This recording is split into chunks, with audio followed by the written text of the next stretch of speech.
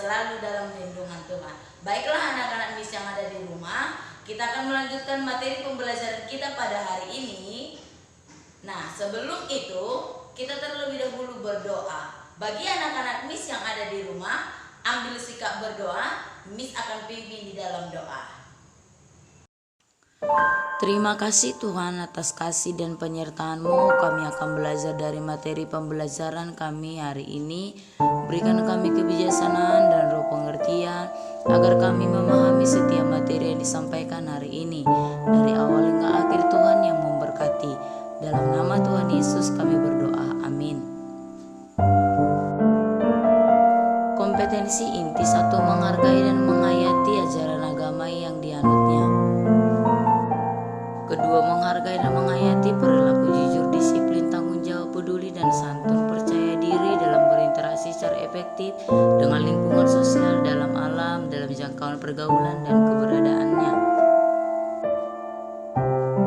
Ketiga, memahami dan menerapkan pengetahuan berdasarkan rasa ingin tahunya tentang ilmu pengetahuan, teknologi, seni budaya, terkait fenomena dan kejadian tanpa mata. Dan menalar dalam ranah konkret dan ranah abstrak sesuai dengan yang dipelajari di sekolah dan sumber lain yang sama dalam sudut pandang atau teori. Kompetensi dasar 3.2 menjelaskan karya Allah melalui perubahan-perubahan baru yang dihadirkan gereja di tengah-tengah dunia. 4.2 membuat refleksi terhadap perubahan-perubahan baru gereja di tengah-tengah dunia. Indikator pembelajaran yaitu menyebutkan sejumlah contoh bagaimana gereja dapat merubah dan mengajarkan kepada orang Kristen dan semua orang bagaimana berubah demi kehidupan sesama yang lebih baik. Menyusun kegiatan-kegiatan bersama untuk perubahan di dalam dirinya maupun di dalam gereja. Tujuan pembelajaran yaitu siswa mampu menyebutkan sejumlah contoh bagaimana gereja dapat berubah dan mengajarkan kepada orang Kristen dan semua orang bagaimana berubah demi kehidupan bersama yang lebih baik.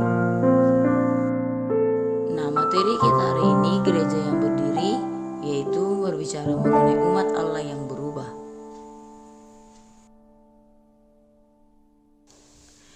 Gereja sebagai umat. Istilah umat Allah sebenarnya merupakan istilah yang sudah sangat tua, terdapat dalam perjanjian lama.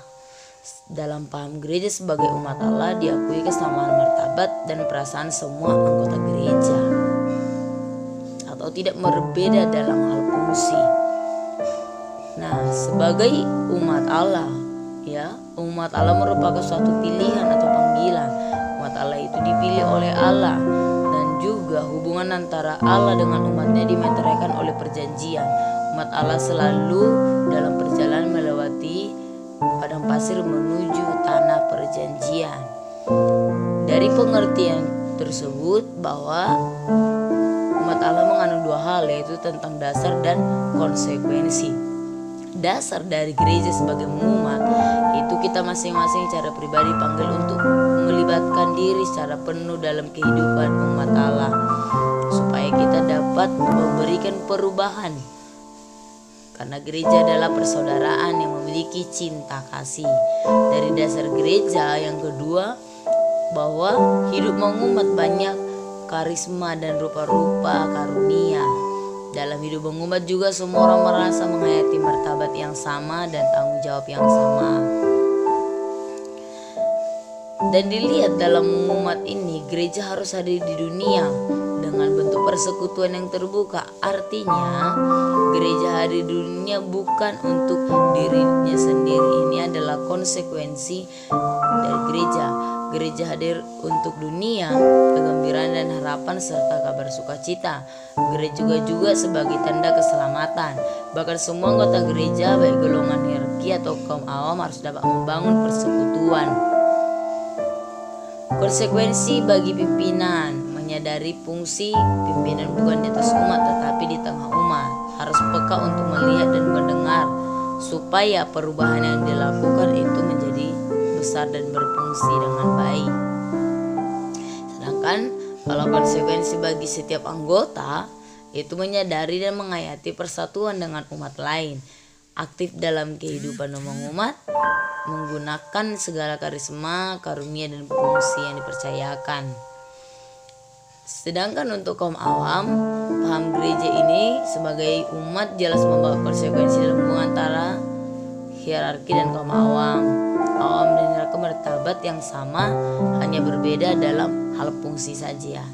Gereja sebagai persekutuan terbuka. Kenapa? Bukan dunia yang ada untuk gereja, melainkan gereja lah untuk dunia. Kegembiraan, harapan, duka dan cemasan orang-orang zaman sekarang. Bahkan juga gereja harus melaksanakan tugas misi yang positif dan aktif terhadap semua orang. Gereja harus membuka diri dan bekerja sama dengan masyarakat untuk mencapai kesejahteraan bersama. Ada banyak cara bagi gereja untuk menunjukkan keterbukaan, yaitu gereja harus selalu siap. Gereja berpartisipasi aktif dan mau bekerja sama dengan siapa saja. Untuk melakukan perubahan, ini harus dilakukan oleh gereja supaya terjadi perubahan-perubahan setiap harinya. Gereja harus menjadi abdi bagi kaum sederhana. Bukan berarti gereja hanya terdiri bagi orang-orang miskin, tapi semangat kesederhanaannya bergerak maju dengan cepat. Dan gereja berani berbicara terus terang, maka suara yang dikehendaki Tuhan akan terdengar, sebab Tuhan berbicara menyampaikan kehendaknya melalui manusia sendiri.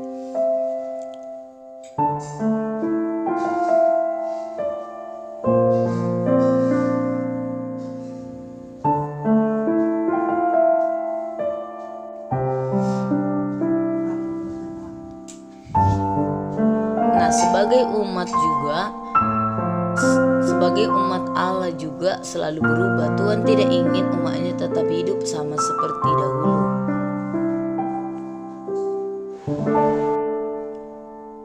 Karena zaman terus berubah, keadaan selalu berubah, maka gereja dan umat Allah pun harus ikut berubah.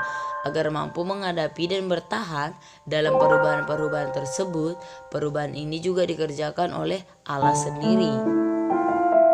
Gereja sebagai umat Allah juga terus-menerus mengalami pembaharuan.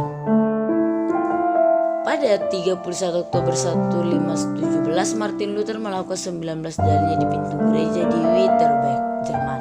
Dalam ke-19 dalinya itu, Luther menuliskan hal-hal yang dianggap telah menyimpang yang terjadi di dalam gereja, antara lain penyalahgunaan kekuasaan kepausan, nepotisme, penjualan jabatan, penjualan surat-surat pengampunan dosa. Dan hal ini tidak disukai oleh banyak orang. Kristen yakin bahwa mereka harus meniru gereja perdana, karena itulah gereja yang paling murni. Mereka meniru cara berpakaian, aturan-aturan gereja, tata ibadah, gaya hidup, dan mereka meyakini dijalankan oleh orang-orang Kristen yang perdana. Inilah gereja-gereja yang menyebut dirinya reformasi.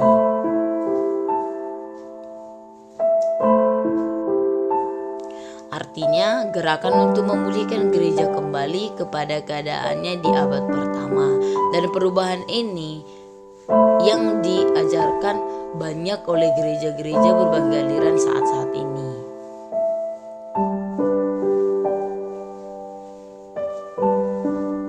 Tantangan perubahan yang harus dihadapi gereja pada masa kini adalah bagaimana mengajarkan manusia untuk hidup lebih sederhana sehingga beban terhadap bumi dapat dikurangi. Artinya di sana ketika pembaharuan dilakukan oleh gereja itu dapat mengurangi beban daripada bumi. Nah, rangkuman pembelajaran kita hari ini, dalam sejarahnya gereja telah berulang kali dihadapkan dengan tantangan-tantangan yang berat. Gereja yang berhasil berubah dan mengubah dirinya, mengoreksi kesalahan-kesalahannya, memperbaiki sikapnya terhadap perubahan, dan lingkungan sekitarnya akan mampu bertahan.